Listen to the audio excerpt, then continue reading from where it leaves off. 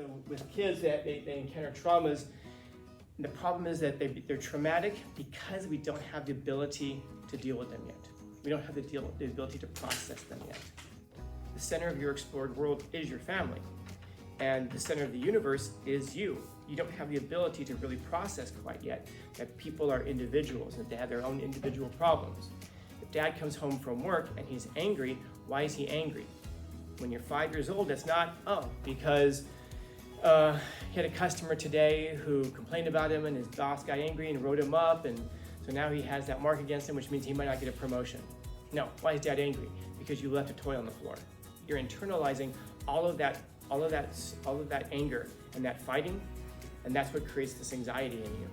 Because you therefore think it had to have been your fault, because who else's fault could it be? You don't understand the idea of a boss and customers yet.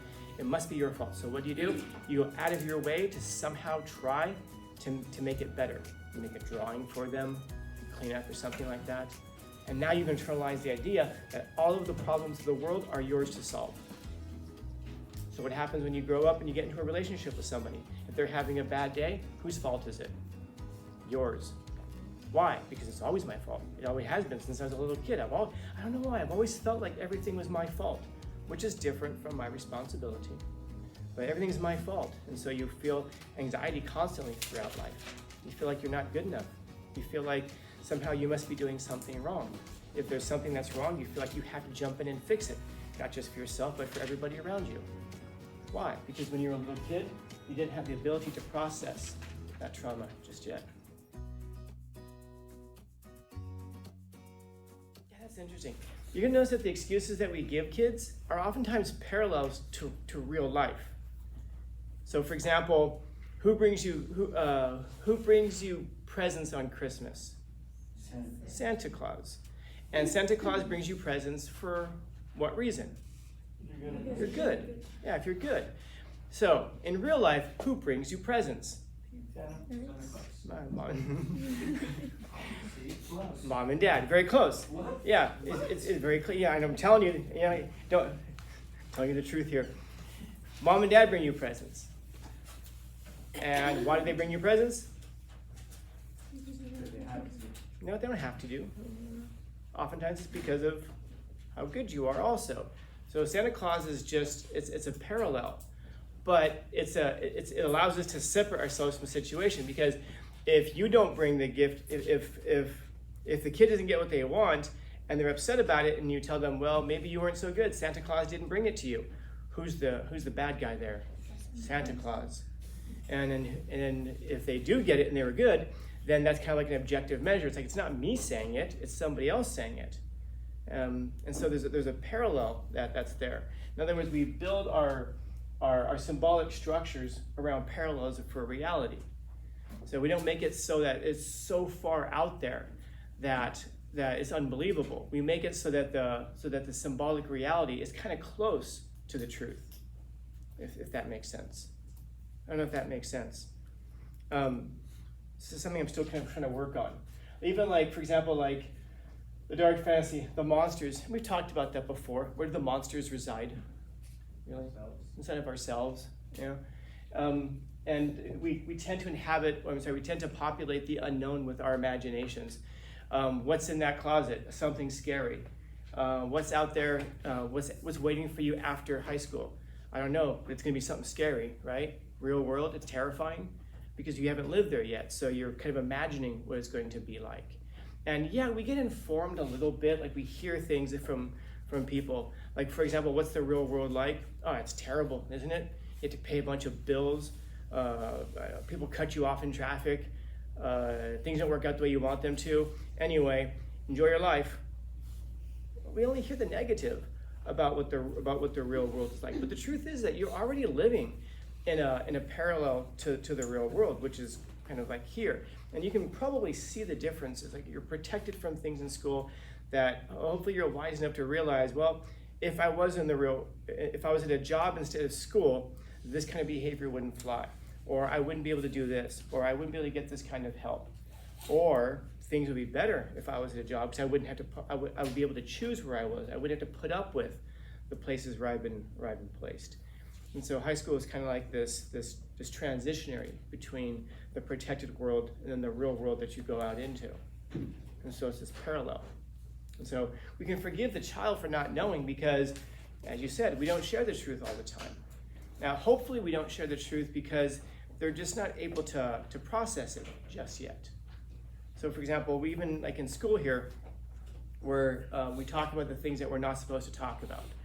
And why are we not supposed to talk about certain subjects? Yeah, and we might say, well, because it's offensive. And that's not really it. Maybe it's becoming that. But what it really is that we're not really able to process it just yet. So for example, was it in this class where I was talking about that? What are the controversial things that we're not supposed to talk about? Was that in here? Yeah, so think about like what are some of the controversial topics that we're not supposed to talk about?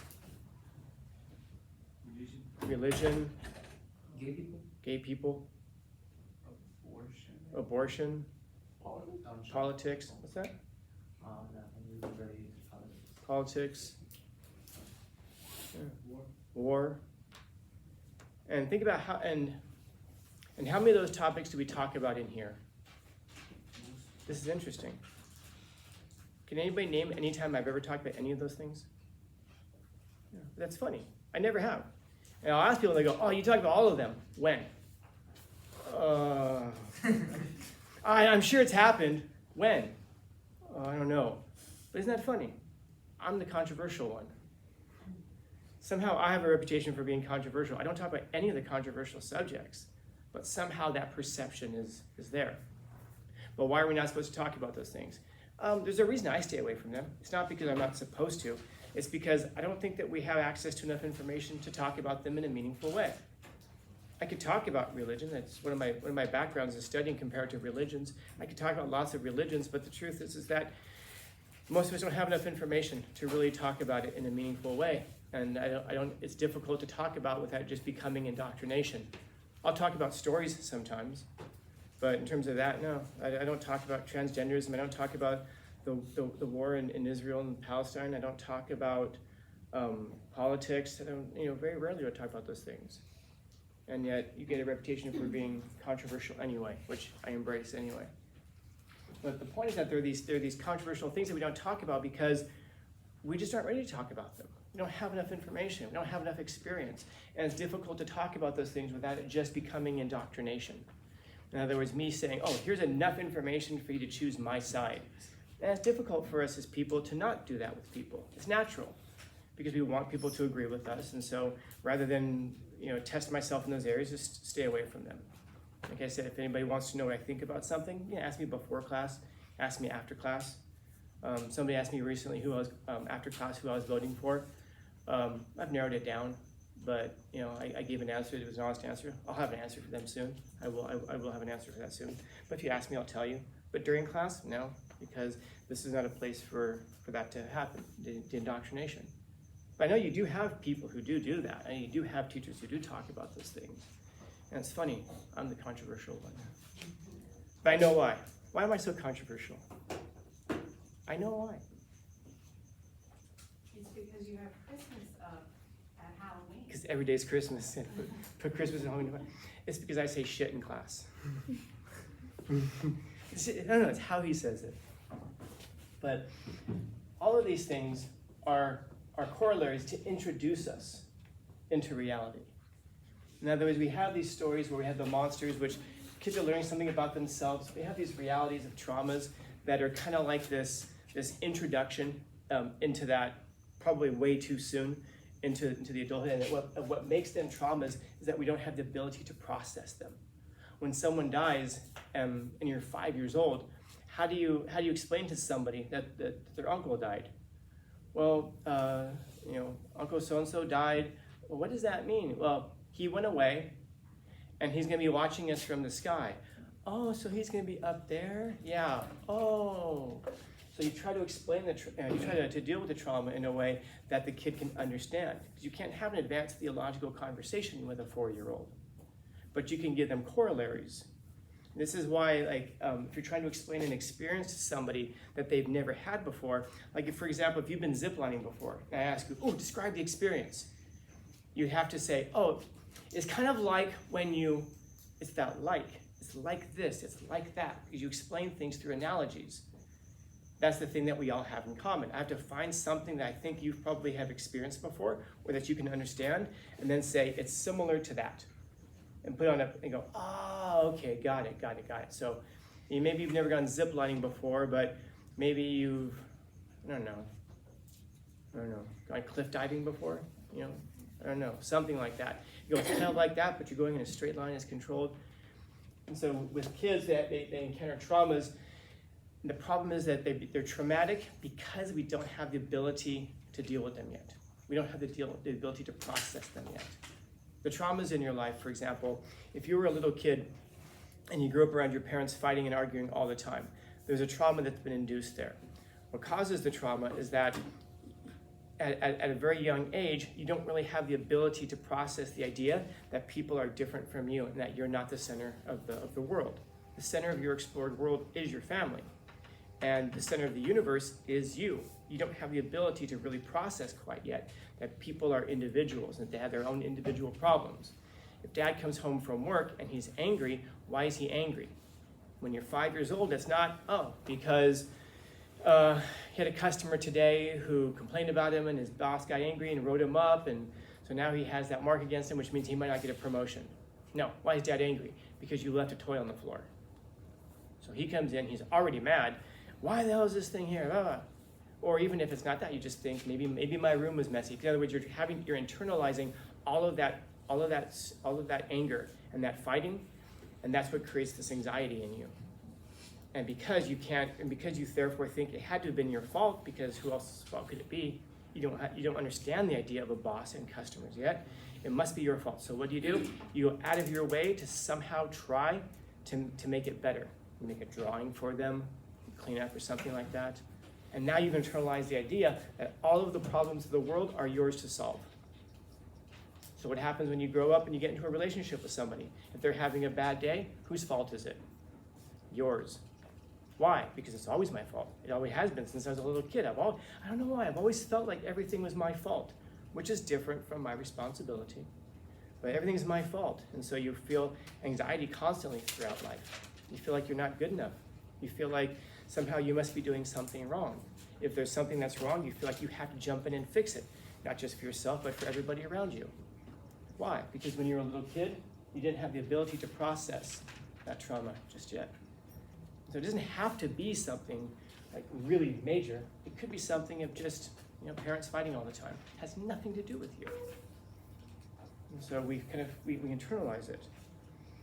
Silly stories. We do it again, kind of like those analogies, to try to make it so that kids can understand it. Because kids are going to have to encounter the real world at some point. At what point? That's the really hard part. I don't even know. Like, I don't envy it. And when you guys have kids someday, are you going to raise them to believe in Santa Claus? And sometimes we're going to sit there and go, no, I want my kids to know the truth. So you're going to sit them down in front of CNN every night? Look, people are dying. That's your fault. I remember being a little kid and seeing Smokey the Bear on television. Only you can prevent forest fires. I'm like, I see a forest fire on television. I'm like, this is my fault. I didn't do enough to fix this. The litter with the crying Native Americans. Yeah. They didn't pick up enough litter off the ground. Exactly. This is my fault. Yeah. I've desecrated Indian burial ground. Now there's these poltergeists everywhere. And so at what point do you draw that line and say, I'm going to introduce them to the truth right away? I don't know, but don't kids kind of need something to believe in? Don't kids need something that they can kind of get the imagination going? If you want your kids to be smart, don't read them physics when they're little kids. Read them fairy tales. And if you want to be really smart, read them more fairy tales, because it teaches lessons in ways that they can understand. That's what gets the brain going.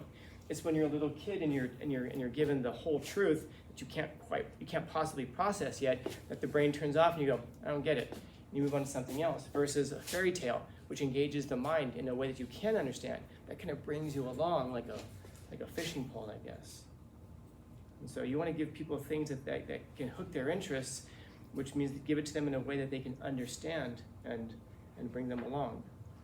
And think about when I'm talking to you up here. Sometimes I get so abstract that I'm sure some of you are like, what in the hell is he talking about? And then sometimes I'll say something and you'll go, yeah, I've been there. I get that. It's that I've been there. I get that.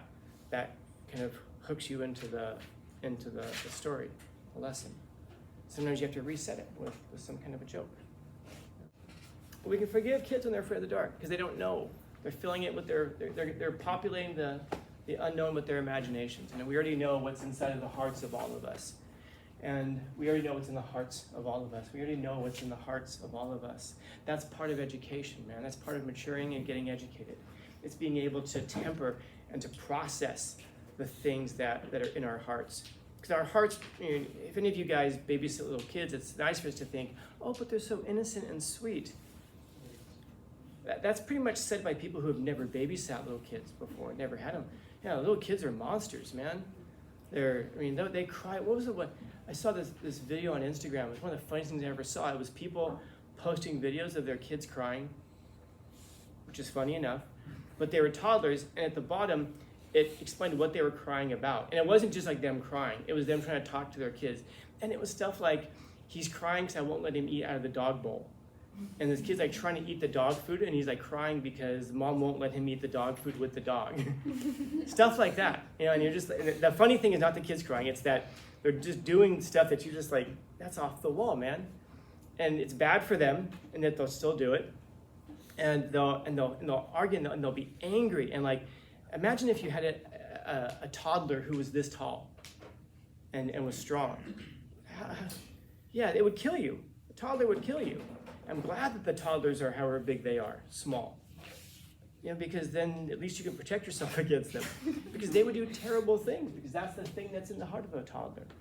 Unless we get education, unless we're matured, unless we have somebody to teach us different, which is the overarching thing of getting educated and maturing, having a model to teach us. There's a word for that. It's usually moms. Unless we get educated and we mature, we grow up to be terrible toddlers, and that monster becomes something terrible. And many of us know people like that. We were just talking about one of those. And so, yeah. Terrible thing is when adults are afraid of light, when adults are afraid of maturing and getting wise and becoming better, getting wise. And there's something there about enlightenment, which I'm going to stop now, but I think I'm going to try and talk about next period. So, questions? Comments, concerns, complaints, criticisms, critiques? Not so bad, man. Happy Thursday.